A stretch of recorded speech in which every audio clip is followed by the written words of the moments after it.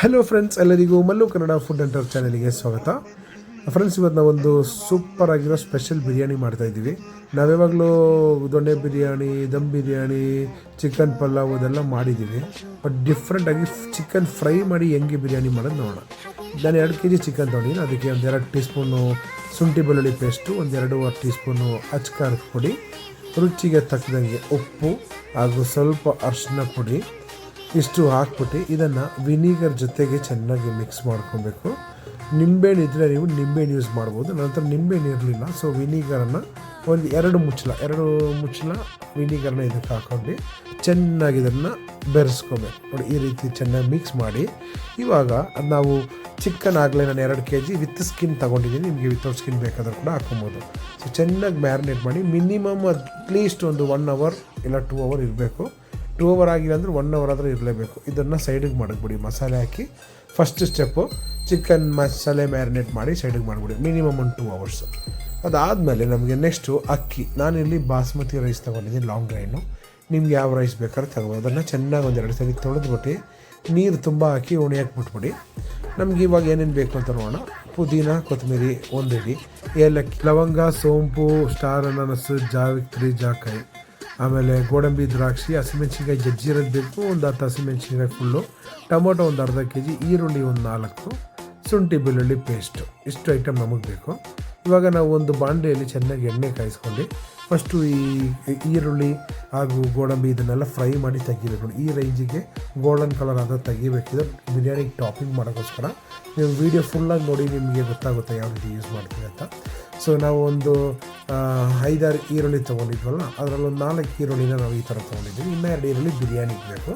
ಇವಾಗ ಅದೇ ಎಣ್ಣೆಯಲ್ಲಿ ಗೋಡಂಬಿ ಹಾಗೂ ದ್ರಾಕ್ಷಿಯನ್ನು ಕೂಡ ಹುರಿದು ತೆಗಿಬೇಕು. ಸೀದಿಸ್ಬೇಡಿ, ಲೈಟ್ ಕಲರಾಗಿ. ನೀವು ಡೈರೆಕ್ಟಾಗಿ ಹಾಕಿದ್ರೆ ಸೀದೋಗೋ ಚಾನ್ಸ್ ಇದೆ. ಈ ಥರ ಒಂದು ಕೈ ಜಾರ ತೊಗೊಂಡು ಅದರಲ್ಲಿ ನೀವು ಆಯಿಲ್ ಹಾಕ್ಕೊಂಡು ಈ ಥರ ಮಾಡಿದ್ರೆ ನಿಮಗೆ ಸೀದೋದಂಗೆ ಒಳ್ಳೆ ರೀತಿಯಲ್ಲಿ ಗೋಡಂಬಿ ಚೆನ್ನಾಗಿ ಸಿಗುತ್ತೆ.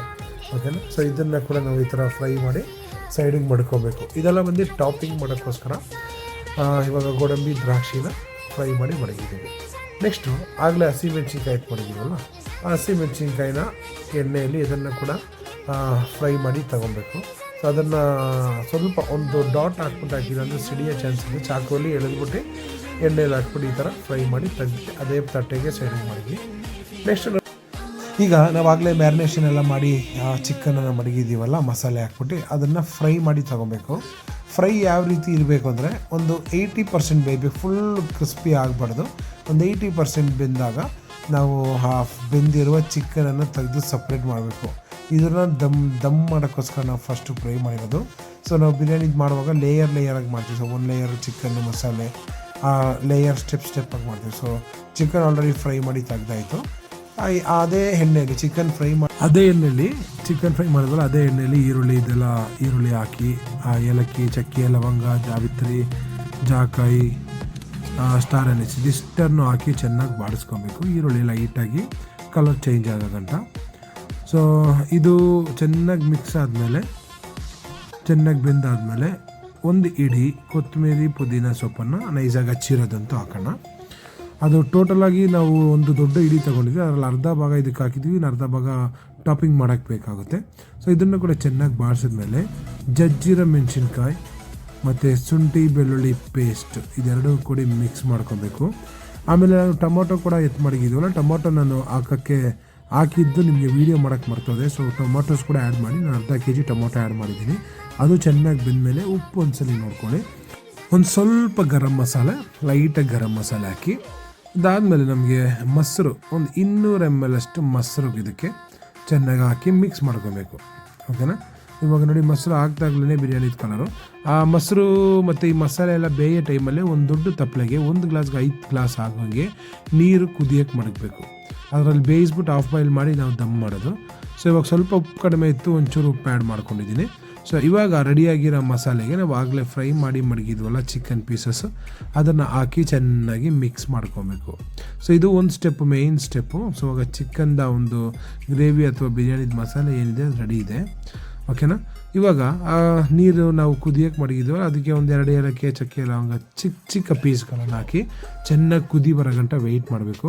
ಒಂದು ಸ್ವಲ್ಪ ಆಯಿಲ್ ಹಾಕ್ಕೊಡಿ, ಯಾಕಂದರೆ ನಾವು ಬಾಸ್ಮತಿ ರೈಸು ಸ್ಟಿಕ್ ಆಗದೆ ಇರೋಕ್ಕೋಸ್ಕರ ಯಾವುದೇ ರೈಸ್ ಆಗಲಿ ನೀವು ಆಫ್ ದಮ್ ಮಾಡಿ ಕುಕ್ ಮಾಡುವಾಗ ಒಂದು ಸ್ವಲ್ಪ ಆಯಿಲ್ ಹಾಕ್ಕೊಂಡ್ರೆ ನಿಮಗೆ ಅದು ಸ್ಟಿಕ್ಕಿ ಆಗೋಲ್ಲ. ಇವಾಗ ರೈಸ್ ಎಲ್ಲ ನಾವು ಬೇಯಿಸಿದ್ದೀವಿ. ನೆಕ್ಸ್ಟ್ ಏನು ಮಾಡಬೇಕು ಅಂದರೆ ಒಂದು ಗಟ್ಟಿ ಇರೋಂಥ ದೋಸೆ ತವ ಇಕ್ಬಿಟ್ಟು ಹೈ ಫ್ಲೇಮಲ್ಲಿ ನಾವು ಯಾವ ಪಾತ್ರೆಯಲ್ಲಿ ಬಿರಿಯಾನಿ ದಮ್ ಮಾಡೋಕ್ಕೆ ನಾವು ಪ್ಲ್ಯಾನ್ ಮಾಡ್ತಾಯಿದ್ದೀವೋ ಆ ಪಾತ್ರೆಗೆ ಲೈಟಾಗಿ ಆಯಿಲನ್ನು ಗ್ರೀಸಿಂಗ್ ಮಾಡಿ ಆ ತಳಕ್ಕೆ. ಅದಾದಮೇಲೆ ಅಕ್ಕಿ ಇದೆಯಲ್ಲ ಒಂದು 70% ಬೇಯಬೇಕು. 70% ಬೆಂದಮೇಲೆ ಅದನ್ನು ನೀಟಾಗಿ ನೀರನ್ನು ಸೋರಿಸ್ಬಿಟ್ಟು ನಾವು ಬಿರಿಯಾನಿ ಪಾತ್ರೆಗೆ ಹಾಕ್ಕೊಬೇಕು, ಸರಿನಾ. ಸೊ ಇದು ಒಂದು ಲೇಯರ್ 2 ಲೇಯರು ನಿಮಗೆ ಕ್ವಾಂಟಿಟಿ ಹೆಂಗಿದೆ ಅದ್ರ ಪ್ರಕಾರ ಲೇಯರ್ಸಲ್ಲಿ ಮಾಡ್ಬೋದು. ಇವಾಗ ನಾನು 2 ಲೇಯರ್ಸ್ ಮಾಡೋಣ ಅಂತ ಪ್ಲ್ಯಾನ್ ಮಾಡ್ತಾಯಿದ್ದೀನಿ. ಸೊ 1 ಲೇಯರ್ ರೈಸ್ ಹಾಕಿದ್ಮೇಲೆ ಅದ್ರ ಮೇಲೆ ಆಗಲೇ ನಾವು ಫ್ರೈಡ್ ಮಾಡಿರುವ ಆನಿಯನ್ನು ಮತ್ತು ಗ್ರೀನ್ ಚಿಲ್ಲಿ, ಗೋಡಂಬಿ ಹಾಗೂ ದ್ರಾಕ್ಷಿ ಇದೆಯಲ್ಲ ಅದನ್ನು ಒಂದು ಟಾಪಿಂಗ್ ಮಾಡಬೇಕು. ಸೊ ಇವಾಗ ನಾವು ಆಗಲೇ ಚಿಕನ್ ಮಾಡಿದ್ವಲ್ಲ ಅದನ್ನು 2 ಭಾಗ ಮಾಡ್ಕೊಳ್ಳಿ. ಅರ್ಧ ಭಾಗ ಬಂದು ಇವಾಗ ಅದ್ರ ಮೇಲೆ ಹಾಕ್ಬಿಟ್ಟು ಲೆವೆಲ್ ಮಾಡಿ ಎಲ್ಲ ಕಡೆಗೂ ಅದು ಕವರ್ ಆಗೋ ರೀತಿಯಲ್ಲಿ ಲೆವೆಲ್ ಮಾಡಿ. ಅದೇ ರೈಸ್ ಎಲ್ಲೆಲ್ಲಿದೆ ಇದರಿಂದ ಏನಾಗುತ್ತೆ ಅಂದರೆ ಅದರಲ್ಲಿರೋ ಆಯಿಲ್ಲು, ಅದರಲ್ಲಿರೋ ಹುಳಿ ಅಂಶ, ರಸ, ಆ ಮಸಾಲೆ ಎಲ್ಲ ರೈಸಿಗೆ ಅಬ್ಸರ್ವ್ ಆಗುತ್ತೆ.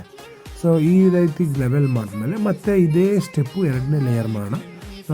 ಆಲ್ರೆಡಿ 70% ಬೇಯಿಸಿರೋಂಥ ರೈಸ್ನ ನಾವು ನೀರು ಸ್ಟ್ರೈನ್ ಮಾಡಿ ಇದಕ್ಕೆ ಹಾಕೋಣ. ಸೊ ಇದನ್ನು ಕೂಡ ಟೋಟಲಾಗಿ ಹಾಕ್ಬಿಟ್ಟು ಇದ್ರ ಮೇಲೆ ಕೂಡ ಟಾಪಿಂಗ್ಸ್ ಎಲ್ಲ ಮಾಡಬೇಕು, ಅದು ತೋರಿಸ್ತೀನಿ ನೋಡಿ. ಸೊ ಇವಾಗ ರೈಸನ್ನೆಲ್ಲ ನಾವು ಇದಕ್ಕೆ ಹಾಕಾಯಿತು. ಇದಕ್ಕೆ ಹಾಕ್ಬಿಟ್ಟು ಇವಾಗ ಅದನ್ನು ಸ್ವಲ್ಪ ಲೆವೆಲ್ ಮಾಡ್ಕೊಬೇಕು.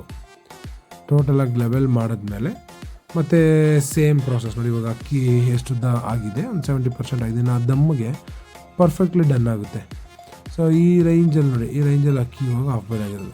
ಲಾಸ್ಟಲ್ಲಿ ಆ ಒಂದು ಪಾತ್ರೆಯಲ್ಲಿ, ಆ ಮಸಾಲೆ ಪಾತ್ರೆಯಲ್ಲಿ ಏನಿತ್ತು ಲೈಟಾಗಿ ಸ್ವಲ್ಪ ನೀರು ಹಾಕ್ಕೊಂಡು ಅದು ವೇಸ್ಟ್ ಆದಷ್ಟು ಅದರದ್ದು ಆಮೇಲೆ ಸ್ವಲ್ಪ ತುಪ್ಪ ಹಾಕ್ಕೊಂಡಿದ್ದೀನಿ.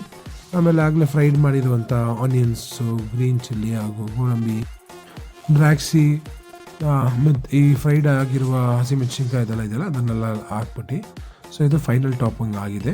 ಇವಾಗ ಇದಕ್ಕೆ ನಾವು ದಮ್ ಕೊಡಬೇಕು. ಆಮೇಲೆ ಲಾಸ್ಟಲ್ಲಿ ಸ್ವಲ್ಪ ಉಳಿದಿತ್ತಲ್ಲ ಕೊತ್ತಂಬರಿ ಹಾಗೂ ಪುದೀನ ಅದು ಕೂಡ ಲೈಟಾಗಿ ಹಾಕ್ಬಿಟ್ಟು ಈ ಥರ ಒಂದು ತಟ್ಟೆ ಇಕ್ಬಿಟ್ಟು ನೀಟಾಗಿ ಒಂದು ಒಳ್ಳೆ ವೆಯ್ಟನ್ನು ಹಾಕಿ.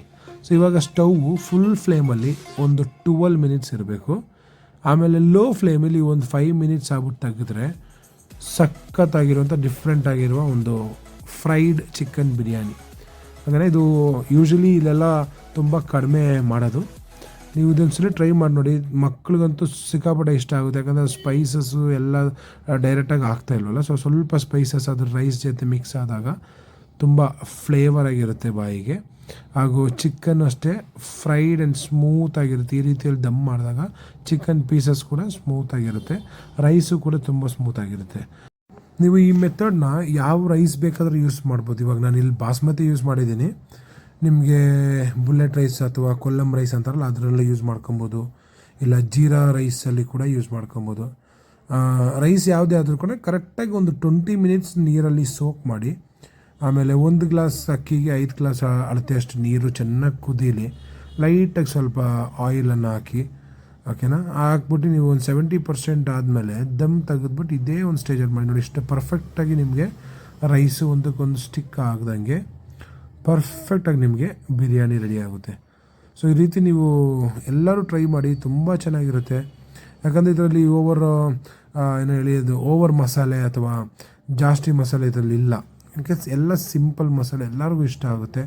ಸೊ ಒಬ್ಬೊಬ್ಬರು ತುಂಬ ಆಯಿಲ್ ಜಿಡ್ಡು ಮತ್ತು ಈ ಓವರ್ ಮಸಾಲೆ ತಿನ್ನೋಕ್ಕೆ ಇಷ್ಟಪಡಲ್ಲ, ಅಂಥವ್ರಿಗೆಲ್ಲ ಈ ಬಿರಿಯಾನಿ ಒಳ್ಳೆ ಒಂದು ಪ್ರಿಫರೆನ್ಸು. ಮನೇಲಿ ಟ್ರೈ ಮಾಡಿ ತುಂಬ ಚೆನ್ನಾಗಿರುತ್ತೆ. ನೀವು ಅಭಿಪ್ರಾಯಗಳನ್ನು ಕಮೆಂಟ್ ಮೂಲಕ ತಿಳಿಸಿ.